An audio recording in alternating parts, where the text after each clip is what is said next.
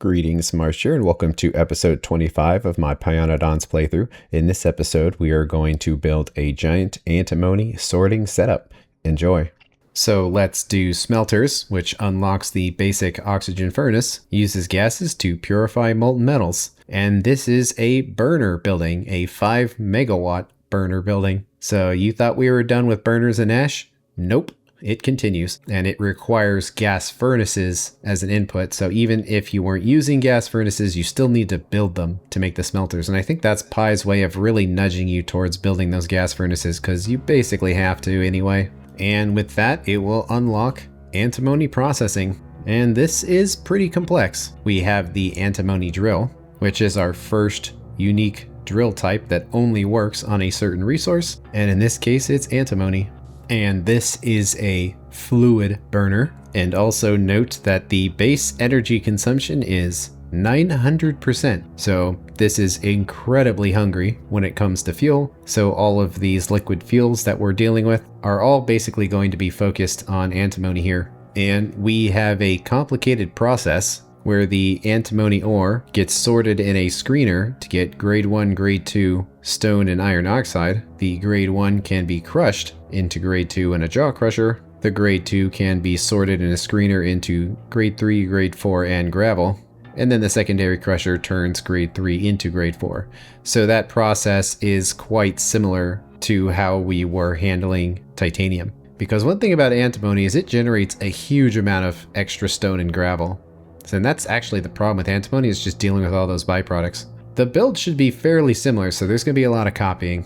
But then we're not done yet. Antimony does not get smelted into plates. You turn it into antimony oxide by adding oxygen in the basic oxygen furnace and a plastic bar. And the plastic bar is there to make the bucket that the ore goes in, which is hilarious. But now we're going to be regularly using plastic, and we're going to have to produce oxygen through electrolysis. And ultimately, we want this antimony oxide because it goes into the vitrolloy and also the iron next antimony special alloy. Say that 5 times fast. But also a side thing that it makes is lead antimony alloy by mixing it with lead. So you don't need that much antimony compared to the things it gets mixed with, but nonetheless, you need quite a bit, and we'll get into that.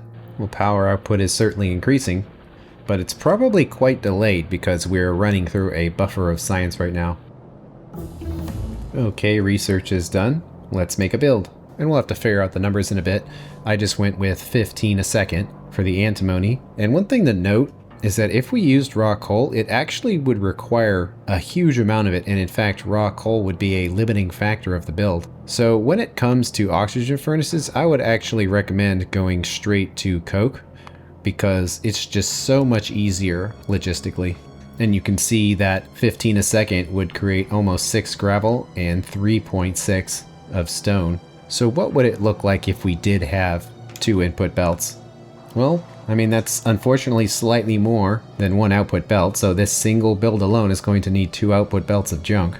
But we could, and I kind of want to crank it up even higher because coke might be the limiting factor here. And what about this? Like, man, that is so much gravel. But that would be pretty good for 2 output belts. It would need to handle its own ash. I guess we can just add that to the build to get an idea of the total numbers of everything coming out of this. And unfortunately, it can't burn its own coal dust because that would have a lower fuel density.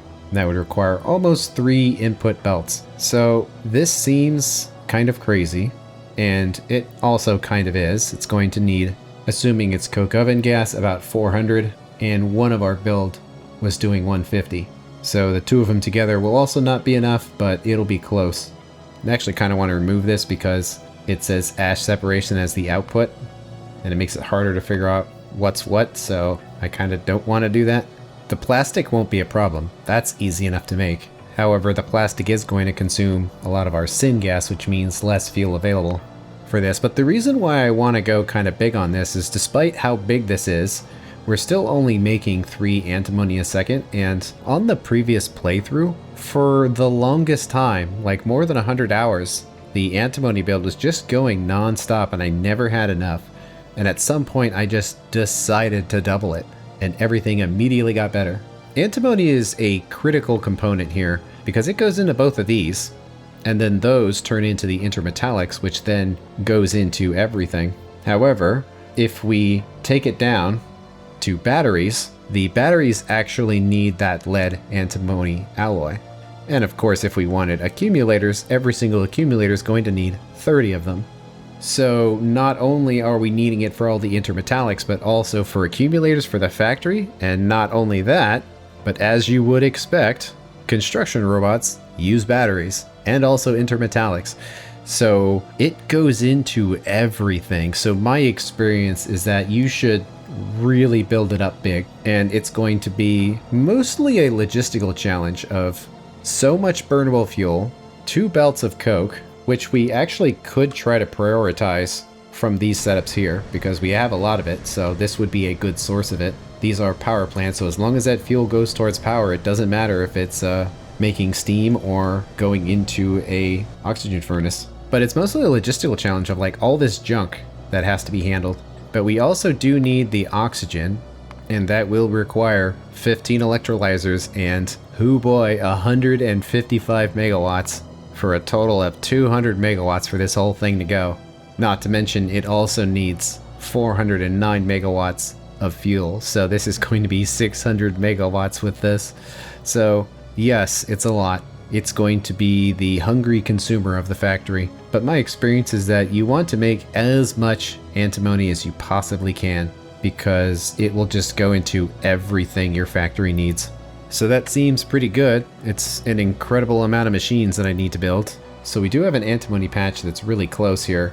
Other than that, they're really far away, and they are very large miners. Probably only going to get like 20 of them off of this patch. So one decision is, do we want to have 2 separate setups, each handling their input, or have one super setup that does everything in one place? But we can figure that out later. For now, I have a shopping list to fill. Okay, we've got all the buildings we need. Specifically, it was all those automated screeners, but we're ready to go now. And the choice we have is, where are we going to do the processing? There is this antimony field that's very close. The other 3 are pretty far away and mostly the same size, so it probably doesn't matter which one we grab from. But we do need to concern ourselves with where the actual processing will occur. Looking at the resources, we're going to have more or less an entire belt of gravel, and then almost a full belt of the other things. 2 belts of resources. So if we do it somewhere down here, that's just farther for it to go, because ultimately they have to go into our stone processing build in order to get consumed. So the further away we are from this, just the more belts are going to go through the factory. So I am thinking that the processing should probably happen right here, and it's going to be substantial. But the first part of this is actually doing the mining. So let's get that set up. We need to add that field to our list. 20 million, and it's a very interesting look to it, very dusty. So if each field does basically 21, or let's say 22 drills, that should balance out. I think we're actually also going to calculate what the fuel consumption of these buildings was, because it does say plus 900%, and well, that's 10 megawatts. And if we don't place the building down, it's 1 megawatt. So that answers that question, that each one of these drills is 10 megawatts. Well, first, it's a pretty huge building, like a very tall, end of it there. It just consumes liquid fuel, and it does not have a pass-through pipes, so that's something we're going to need to keep in mind. And let's just try to position this in a way that it will use up the whole field. It would be even more drills, but do we just fill up the entire field? Yeah, we probably do, just to fully utilize it. And since the pipes don't pass through, we'll just run a fuel pipe right down the middle of all of them. This won't be something that is easy to walk through. We certainly can't. I don't know if the caravans would be able to squeeze in there. But that is usually the case for most mines, that you want to have the highest density possible of buildings, and it is totally worth making them inconvenient to walk through. We thought we were consuming a lot of fuel before. Well, it's about to get crazy. It is going to be dark in here though, and there's really no way around that because these buildings actually don't require any electricity. But in it goes. It's kind of a cool sound to it. Also a cool look, it's just very smoky with how tall these are. But there it is. And in all honesty, it is a pretty fast mine. I did hook up shale again, so we're going to start building up resources, but in preparation for consuming a ton of fuel. We need to be basically running non-stop now. Well, there's the first one. Now we need to do the other one. And I'm walking to the bottom right as if it's over there, but it's actually way, way, way down there. It's basically super duper south. Oh, this is going to be such a long, basically 2 belts. Actually, a question I had here. What does the antimony stack at? Unfortunately 50, so using caravans for this would be pretty bad. So it is going to be 2 super long belts and no way of going around that. If we had trains, I would absolutely use them to pick up from so far away. But for now, it's going to be belts, and oh, it's so far. We're not there yet. Finally. Power consumption, while we were making all those buildings, has been super consistent right now. So this is basically the maximum output of the factory, assuming we're not doing any research. And that's pretty good. Looking at the 1 hour timeline, that it's actually rather consistent. Currently, our power supply seems to be pretty healthy. And we are going to need an incredible amount of belts. Luckily, we've been collecting belts for a long time from all of these builds that we've been pulling out because the factory's been getting cleaner with less and less belts and spaghetti. So we haven't actually manufactured belts in many hours. We've just been using what we've been collecting from various upgrades. It's just interesting to think that antimony processing is kind of like Kerogen in that it's essentially a stone generator. You definitely wouldn't be doing this for the stone, but it produces so much of it, it almost makes you wonder. And there we go. Pump number 1. Because the power poles are right here, I just kind of want to put a pump in because it's easy. So pump number 2. There's another betting pool we can do. I don't know why I like doing these things. It's not like any money is actually being bet, but I like trying to guess things just by feel. So this betting pool is how many belts is it going to take to move the ore from that far away antimony field to the close one. Keeping in mind we're going to need to have 2 belts worth of output. Let's see here. What am I going to guess? Oh, that is so far. I'm going to go with 5,000 belts. Yeah. So we gonna make it? Man, 299 extent. So we just barely did that without a third pump. But here we go. Mine number 2. It doesn't really matter, but let's do some balancers in here. And then they will combine again. Each mine only needs to produce 20, but 20 is more than 15. So if I was being actually efficient about this, I probably should have only done 1 belt, but I really like the idea of the 2 belts of coke. So here we go. I guess this is the starting point, and let's put a chest down. And one thing I haven't talked about, let's put that in there. So we have 1,700 to start, is that you do have your 3 types of chests, and they all actually go into different things already. If we search with recipe book here, you can see that the wooden chests do go into the various pie buildings and the caravan outpost. The iron ones go into the earth DNA samples, and the steel ones, well, they don't go into anything yet, but of course later on they would go into logistics chests. And I usually like to use the wooden ones for production buildings just so in case I forget to put a filter down, it won't fill up like a giant chest. But if you want more space, you might as well use the steel chest. So the iron chests are kind of weird, and I actually like to use the iron chests as world dumps for items that are filling up our inventory, but we don't necessarily want to just leave there. So for example, let's say if we only use iron chests for this purpose, we can do a factory search for iron chests, and if we had good discipline with using those, all of those chests would be filled with junk, and then we could go around cleaning it up. So yeah, here's our first 1,700 belts for this process. And I guess technically undergrounds don't count for our calculation, but I will not cheat the undergrounds in there just to make a certain number. I'm just gonna do it normally. It's not a game if you cheat. I guess if I wanted to do this really smart, I would go grab the car. But honestly, this is pretty fast. And I'm not going to worry too much about this nickel patch. I'm not sure if this is actually going to be the one that we're going to use. I should probably check it, because we are going to need to start making nickel soon. No, we've got one much closer to our factory, so we can go over this just fine. I'm definitely going to remove any rocks that are in the way, because using undergrounds to go over a rock is really silly to me. So anything that can be cleared will. And there we go, there's our first 1700. I feel like we barely accomplished anything. I admit that part of me is worried this is too big, but my experience of that previous playthrough was I'm like, please, oh god, where is the antimony? I want more. I am going to get it this time. Finally, back to civilization. And there's 3,000 to get us to this point. Oh, I'm thinking my estimate was a little high. Still an incredible belt. And it's actually funny to look at the radar view that we can actually see the different colors of the fluid networks. That this is a fuel pipe and you can see how it's different. It's kind of difficult to tell on map view what's a fuel pipe and what's not, but that's interesting visual representation of what's going on. And let's go along this stone belt that's kind of out in the middle of nowhere. This is actually the bypass belt of stone that comes from our Carrigan, that it was filling up the other belts a little too much, so it gets its own dedicated belt that basically goes straight into the stone setup and then sent all over the place. So we're pretty close here. That was 3,400. And we'll say that is the end point of all of this. That we actually need to have a 4-to-3 balancer in here. Ideally, we would pull from these mines equally. We don't really care if we prioritize one or the other. And if the internet hasn't lied to me, it'll be something like this. They're still not here. I would have expected to see them. And yeah, it's just really far away.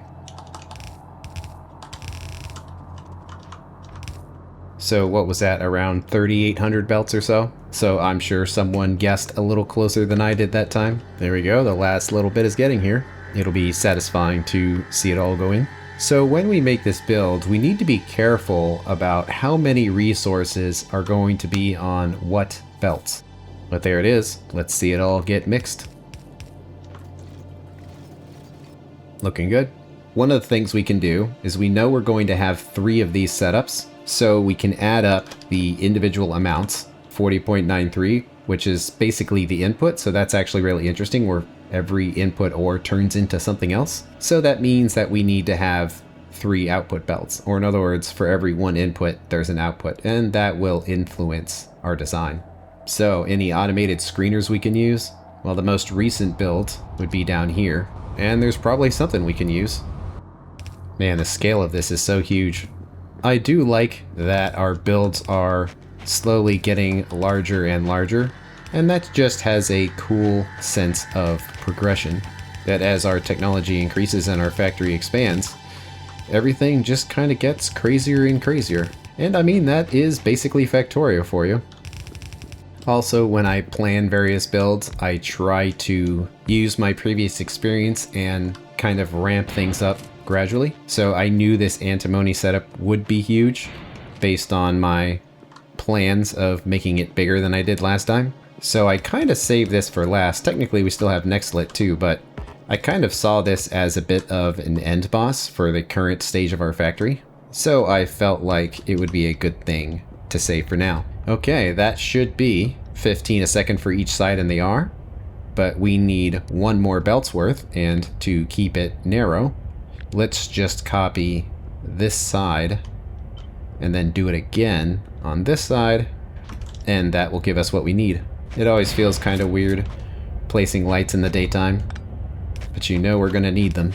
Eventually anyway, with the days being so slow. It's kind of hard to imagine it now, but I don't know, as a viewer, have you kind of gotten used to these slow day cycles now, and you probably don't even really think about it unless I bring it up? Because that's basically how it is for me, that unless I'm thinking about it, I kind of forget that it's happening.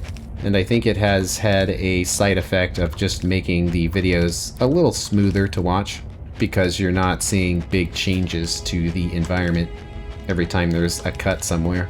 Okay, I think that is everything.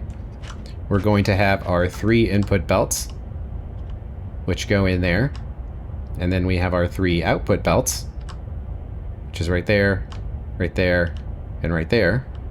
They sort between the things that we want, which will be on these 3 belts, and then the things that are byproducts, which is going to be on this final belt. So let's see if it works. It's a pretty fast process, really. And it's actually quite interesting to look at because we have 4 different outputs out of this machine.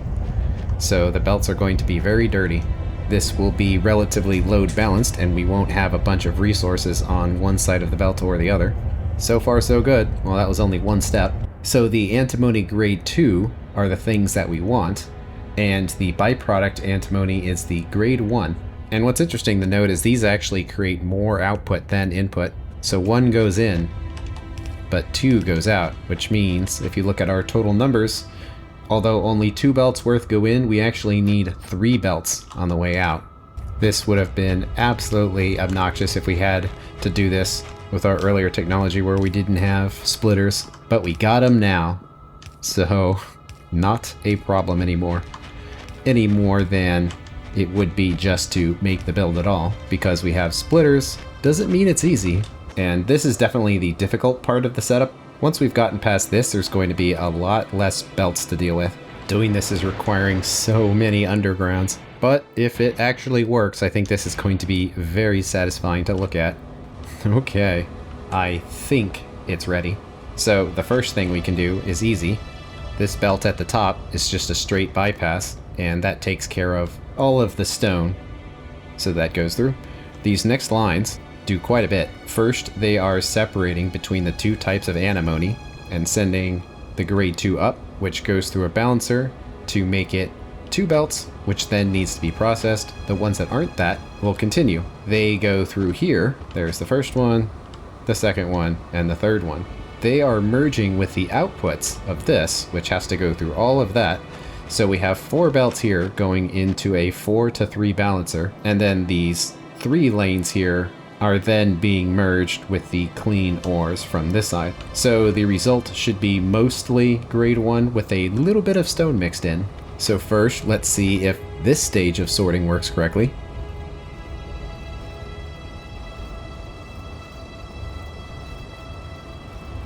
Yeah, seems to be.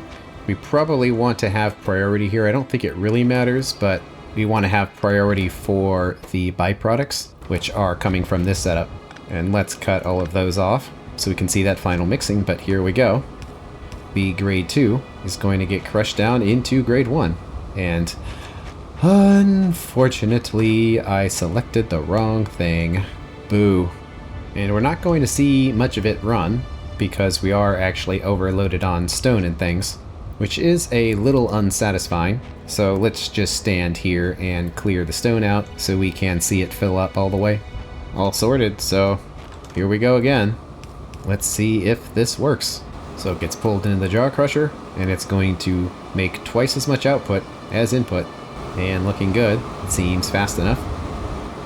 And all the belts will mix up the best they can based on whatever inserters pick things up. Just comes down to the luck of the draw, basically. These aren't full belts, so it's fine. And then the outputs need to be mixed in with the other belts. So first they go through the 4 to 3 balancer, and they stay mixed the whole way, and in they go. So this is so crazy, but I love it. So far so good. And I do see a problem here though, that we actually needed to have 4 belts of output, not 3. So let's dirty up our inventory very quickly, but this means that a 4 to 4 balancer actually would have been fine. So let's try this out again. It goes through the 4 to 4 balancer, splits 3 of them to get merged with the other 3 belts, and creates our extra 4th belt. So yeah, this is kind of what I was talking about with the difficulty of antimony, is if you make a big setup, you have to be very careful with the belts if you don't want to have big throughput limitations. And then that one right there is just the stone. So we've got 4 belts of mixed stuff. And now it needs to go through a set of automated screeners.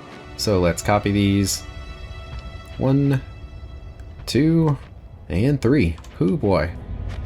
Low-key, I'm actually going to be very impressed if all of this works, because this is a lot more complicated than I was expecting it to be. It certainly was in my previous playthrough as well. However, that playthrough had advanced to the point of having loaders before I ever made anything this big with antimony, so we're gonna see.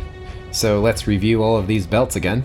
That we have our 4 input belts here, so it gets input into the machines, but it's going to have some amount of stone in it, so it's being pulled off and put on the stone belt. And that applies to this one, and this one, and also this one. And then the stone belt is just that. So to start this, we can just extend the stone belt forward. And I don't think we're going to need to have any priorities or anything on this, at least not yet. And then the outputs of the 4 machines, well, the first one is this big one, and it's doing a side switch to come around. The other 3 are just going straight in. So these 2 halves pull off the antimony grade 4 and get split between that antimony and then the junk, which will be sorted on those 2 belts. And the same thing happens on this side as well.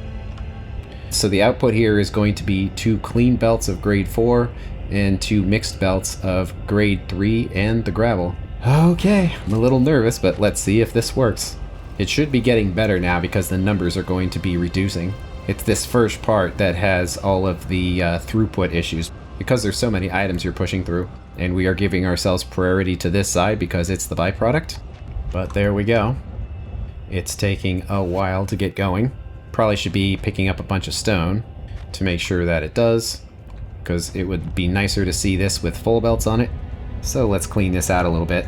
The reason why I'm not sending this belt to where it needs to go is because we still have more byproducts to put on it. So I'm kind of waiting until the end. And these aren't full belts. It's not 60 items a second, so there is going to be some extras like this, and that's fine.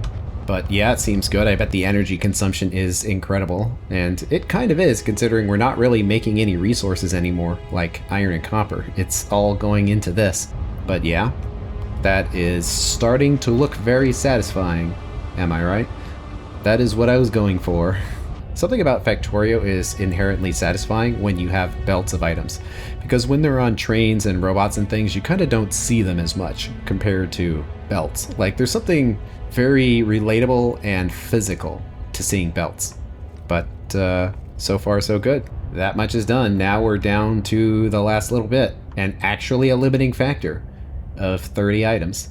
So we need 4.3 crushers, and we can just put these in a line. So getting in here is relatively straightforward. We just have all of our gravel, and both sides need to pull out the item that we need. And then this little bit here is actually just clean antimony grade 4. Let's unhook that for a second so we can see this get taken care of. And we do probably want input priority for the gravel, because we are making a lot of it. Well, now that we are at the end, we probably want to send the gravel to where it needs to go, which means lots and lots of belts. Sending it alongside this other stone belt seems to make the most sense. And when having lots of belts together, it is nice, if possible, to keep related items next to each other rather than having them all scattered around. Just looks a little cleaner. Okay, we can connect those for now. Let them start to clear out now that they have somewhere to go. Let's hook these up, see if it works. We might want to balance this one as well, just to make sure. But yeah, seems good. Let's pipe it all in. Okay, it's a little automated now that all of the byproducts have somewhere to go. Now it's time for a whole bunch more belts. And that's the end of this episode. On the next one, we are going to prepare our factory for this massive build and then see how it works in practice. Thanks for watching. I'll see you later.